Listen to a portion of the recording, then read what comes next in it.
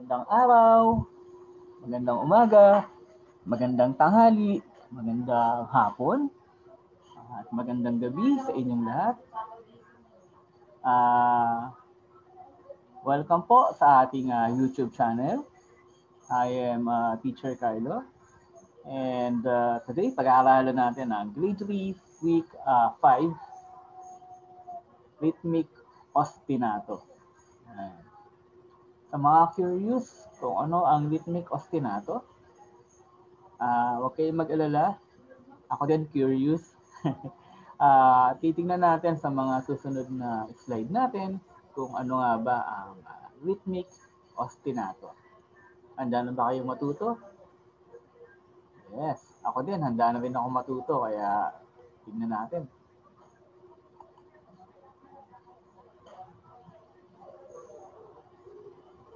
Yan, tumingin at magmatsyag sa inyong paligid. Gamit ang mga kakayahan o gamit ang mga kagamitan na nasa paligid, makakalikha tayo ng mga tunog at makakabuo tayo ng mga pangsaliw sa isang awit.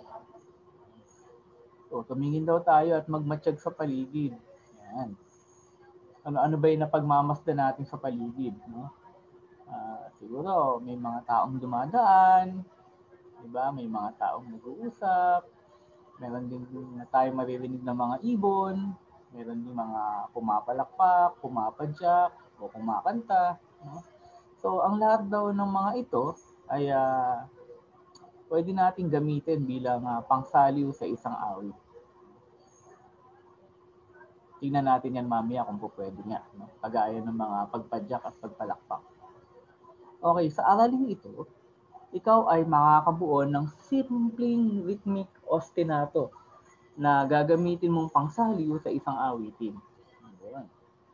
So, yun ang pag-aaralan natin ngayon, ano? Kung paano gumamit ng rhythmic ostinato na magagamit natin na pangsaliw sa ritmo ng isang awitin.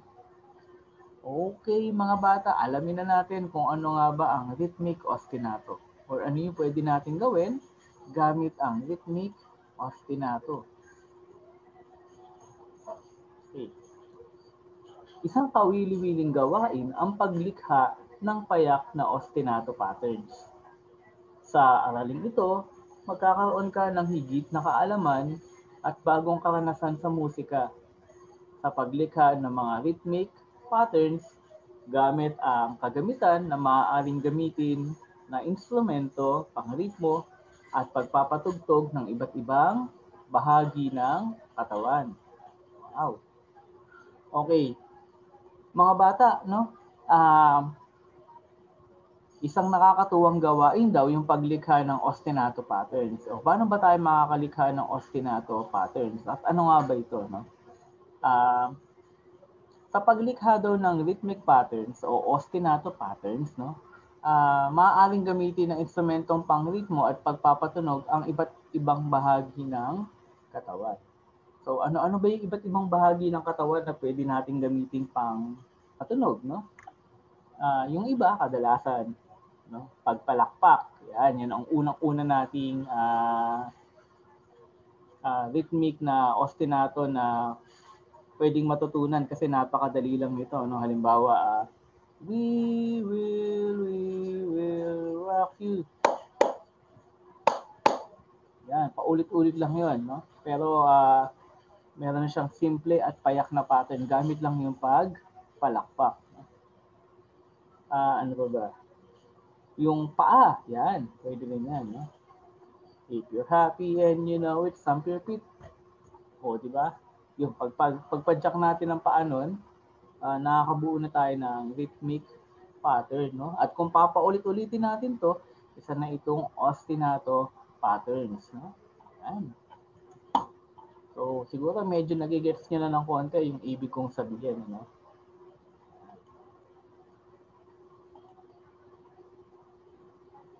Okay, gawaing pagkatuto bilang isa.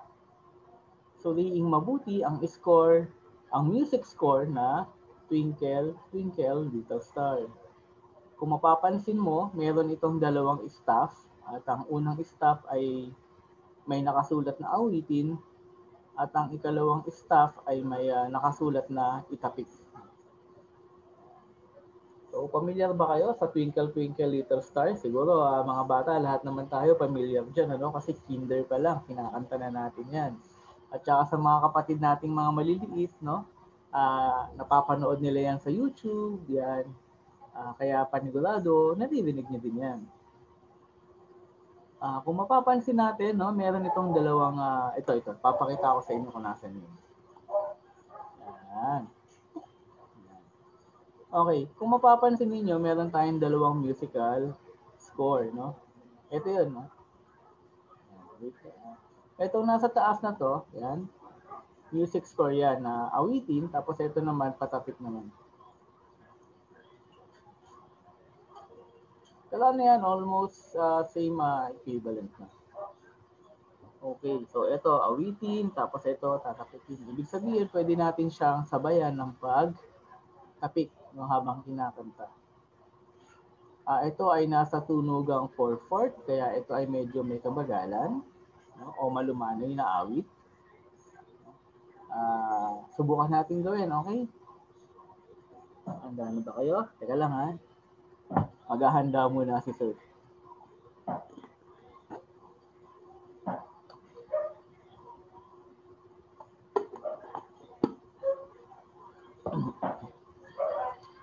O kung handa na kayo, handa na rin ako, aawitin ko to ha, mga bata, pasensya na ha. Hindi masyadong maganda ang boses ni Sir, pero kakantahin niyo to. Okay? Una muna yung walang tapik. No? Twinkle, twinkle, little star, how I wonder what you are. Oh, this time sasamahan na natin ng tapik ha. Twinkle, twinkle, little star, how I wonder what you are. Ayun. Pwede nating sabayan ng, pwedeng awit lang, pero mas maganda, sasabayan natin ng pagtapik, no? Para mas buhay yung ating ulitin natin, ha? Twinkle, twinkle, little star, how I wonder what you are. Ano ba? Up above the world so high, like a diamond in the sky. Up above the world so high, like a diamond in the sky. Okay na ang tumapik ha, hindi natatapik si Sir. Yan. O dito sa baba, ulitin lang natin yun, no? Twinkle, twinkle, little star, how I wonder what you are. O, pag inawit na natin siya ng buo, ganito na ang tunog niya, no? Pag wala mo ng tapik, no? Twinkle, twinkle, little star, how I wonder what you are. Up above the world so high, like a diamond in the sky. Twinkle, twinkle, little star, how I wonder what you are. Okay. Pagpasensyaan na niya, yun na, kung ano, pero ano, nasa tono naman yan, hindi lang ganun ka, ganda yung boses talaga. O ang rhythmic ostinato ay paulit-ulit na rhythmic pattern. Kagaya nga nung narinig nyo kanina, yung unang phrase nun o yung unang fret nun, no? Papareho ng tunog nung pangalawang fret at nung pangatlong fret, no? Sabihin, isa itong paulit-ulit na rhythmic pattern, no? Maaari itong tugtugin gamit ang instrumentong pangritmo o iba pang maaaring panggalingan ng tunog. So, pwede rin pagpadyak yan, ha? Pwedeng pagpalakpak o kaya pwedeng pagpitik. Ganun.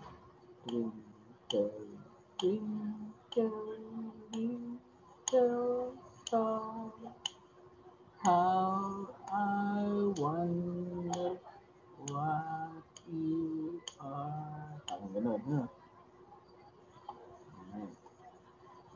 So, marami pa tayong bahagi ng katawan, no, na pwede natin gamitin. Okay, gawain pagkatuto bilang 2. Ulitin natin, magmamasid ulit tayo ng paligid at kumuha ng mga kagamitan na maaaring gawing instrumento na pangritmiko. Halimbawa ng mga ito ay kutsara at tinidor, 2 pirasong stick, pwede rin naman ng mga lumang bote, lumang lata, at iba pa. Gamitin ang improvised musical instrument na pangsaliw sa awit na Twinkle, Twinkle, Little Star gamit ang rhythmic pattern ostinato na ganito, no? Yung pattern na to. Okay? Yun, kuha lang kayo ng kutsara, tinidor, pwede din tasa at tinidor, no? Pang ano natin, no? Pag pupukpukin natin, pero huwag masyado malakas kasi mababasag niya. O kaya mga lumang bote, no? O mga lumang lata na pwede nating tatikin para makagawa tayo ng rhythmic pattern sa saliw ng awit na Twinkle, Twinkle, Little Star. Ako ang gagamitin ko siguro ay itong aking lamesa.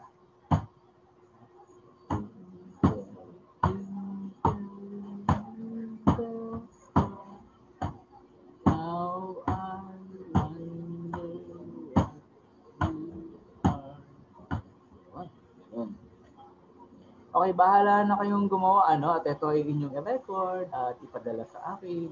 Yan, mga bata, ha? Papakinggan ko yan.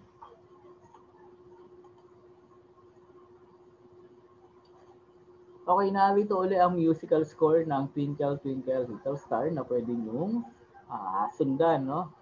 Kung kayo ay sa paggawa ng ating activity, no?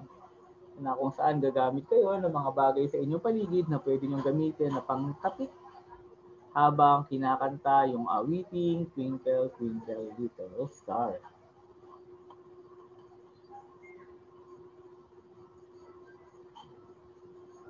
Okay, gawain pagkatuto bilang 3. Isagawa ang mga sumusunod na rhythmic ostinato sa sukat na 2, 3, at 4 sa pamamagitan ng pagtapik, pagpalakpak, pagpadyak o paggamit ng improvised na instrumentong pangritmiko. Gawin ito na paulit-ulit bilang pagsunod sa isinaad na repeat design. Okay. So, mga bata, ganito lang yan. Okay, malilito sa drawing pero simple lang naman yan. Tandaan nyo na bawat isang quarter note ay may katumbas na isang kumpas o isang palakpak. Kung rhythmic pattern yan, ganun lang yan. Tapos ulit-ulitin nyo lang. Parang halimbawa.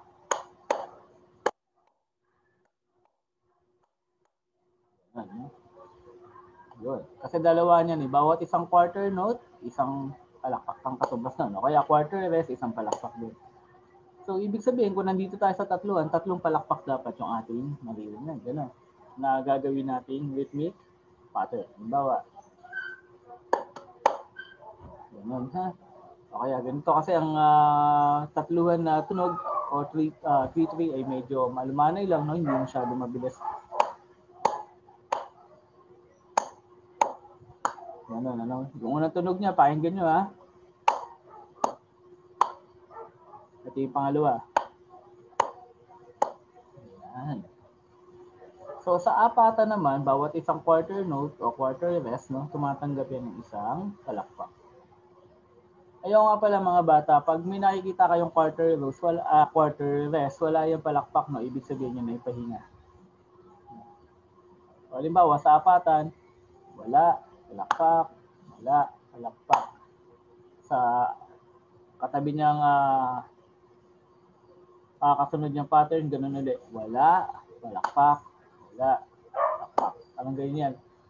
Sa totoong buhay, parang ganito yan.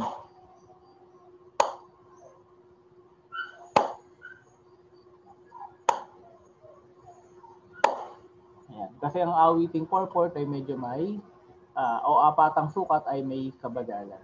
Okay, sana naintindihan niyo, no? At tumuloy na tayo sa susunod na gawain. Naulitan siya. Ayan mga bata, dyan nagtatapos ang ating talakayan sa ngayon. Kung may tanong, huwag mayang magtanong kay Teacher Carlo. Dyan ay ating sasagutin sa ating group chat. Okay?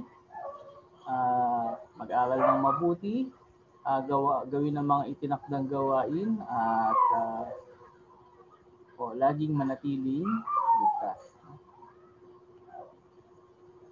Bye, class!